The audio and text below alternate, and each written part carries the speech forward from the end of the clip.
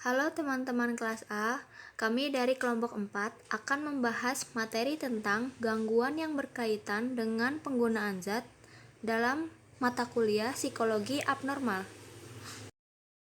Sebelum presentasi dimulai, saya akan membacakan anggota kelompok. Yang pertama ada Aifung Aguirara, Andrea Vilcanova, Alda Maharani, Melda Dwi Maria Ulfa, dan yang terakhir Maya Renandita Dwi Karina. Pada slide selanjutnya, kami akan membahas tentang penggolongan gangguan berkaitan dengan zat. Terdapat dua gangguan yang digolongkan. Yang pertama, gangguan akibat penggunaan zat, yaitu ada intoksisasi zat dan gejala putus zat. Yang kedua, ada gangguan penggunaan zat.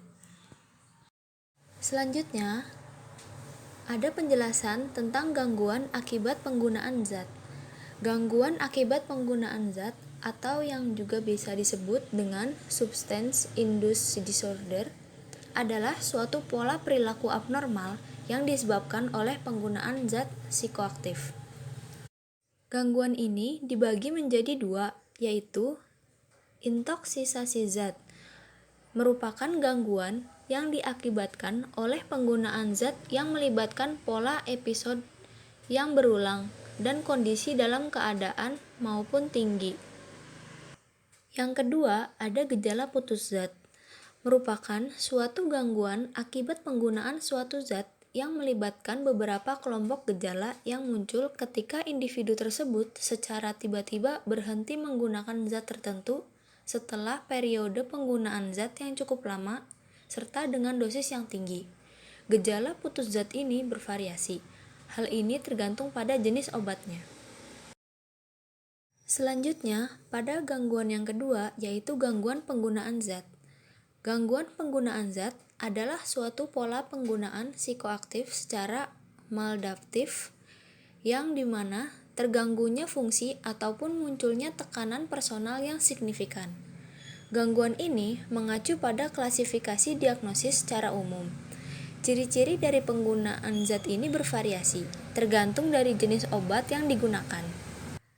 DSM-5 membatasi antara penggunaan dan penyalahgunaan zat pada titik di mana pola penggunaan zat secara signifikan bisa mengganggu fungsi sosial, pekerjaan, atau aktivitas sehari-hari individu tersebut, atau bahkan bisa mengakibatkan distres personal yang signifikan. Pada pembahasan selanjutnya, terdapat 5 perspektif teoritis. Yang pertama, ada perspektif biologis, perspektif pembelajaran, perspektif kognitif, perspektif psikodinamika, dan yang terakhir, perspektif sosiokultur. Selanjutnya, pada perspektif biologis, berfokus pada peran neurotransmitter, terutama yang pertama dopamin, lalu faktor genetik yang dimana ketergantungan alkohol yang dimana cenderung diwariskan oleh keluarga, yang dimana semakin dekat hubungan genetik, maka akan besar pula resikonya. Pembahasan selanjutnya yaitu perspektif pembelajaran, berfokus pada pengondisian klasik dan instrumental serta pembelajaran observasional. Pada pengondisian instrumental, kemungkinan individu mulai menggunakan obat-obatan dipengaruhi oleh adanya pengaruh sosial, coba-coba, serta pengamatan sosial. Lalu, model pengondisian dari ketagihan. Pada beberapa orang yang memiliki masalah terkait dengan obat-obatan, pemandangan atau bebauan peminuman alkohol, atau pemandangan sebuah jarum maupun suntikan bisa menjadi stimulus terkondisi yang dapat menimbulkan respon terkondisi dari keinginan yang kuat atau kecanduan obat. Yang terakhir, pada pembelajaran observasional mempunyai peran penting dalam menentukan resiko masalah yang terkait dengan obat-obatan. Pada perspektif kognitif yang dimana mempunyai peran sebagai ekspektasi. Selanjutnya, pada perspektif psikodinamika, mencerminkan kepribadian tergantung oral atau oral dependent personality. Dan yang terakhir, perspektif sosiokultur, yaitu tekanan dari teman sebaya serta paparan terhadap subkultur obat-obatan. Pada pembahasan selanjutnya, kami akan membahas tentang penanganan gangguan penggunaan zat. Ada beberapa penanganannya. Yang pertama, pendekatan biologis. Penanganan secara biologis dimulai dengan detoksifikasi, yaitu berupaya membantu individu untuk melewati simptom putus zat yang berasal dari zat adiktif yang membutuhkan waktu sekitar 1 minggu. Ada beberapa dukungan yang berkelanjutan dan terapi secara terstruktur, misalnya konseling perilaku, penggunaan obat-obatan terapeutik, yaitu seperti disulfiram, antidepresan, terapi pengganti nikotin, metadon, serta naltrexone. Kemudian, penanganan selanjutnya yaitu kelompok pendukung non-profesional. Contohnya adalah Alcoholics Anonymous, yaitu sekelompok yang memberikan anggotanya kesempatan untuk mendiskusikan perasaan serta pengalaman mereka dalam latar belakang kelompok pendukung.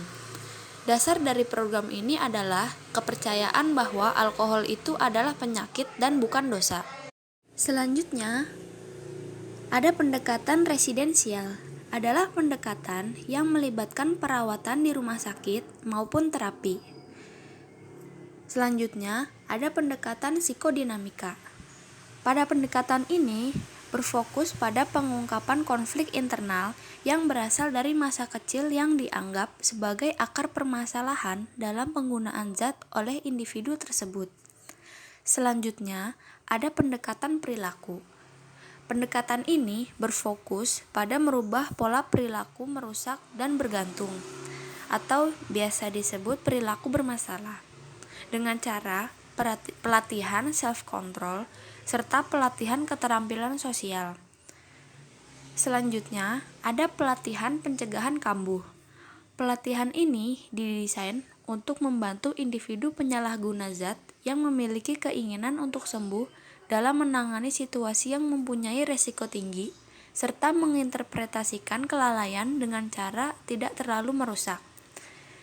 Pada penanganan yang terakhir, yaitu pendekatan kognitif behavioral.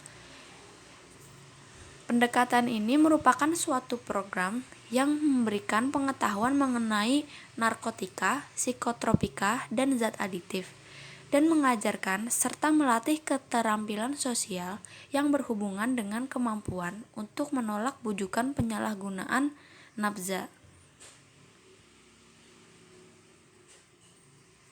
Selanjutnya, kami akan membahas tentang implikasi terhadap anak usia dini.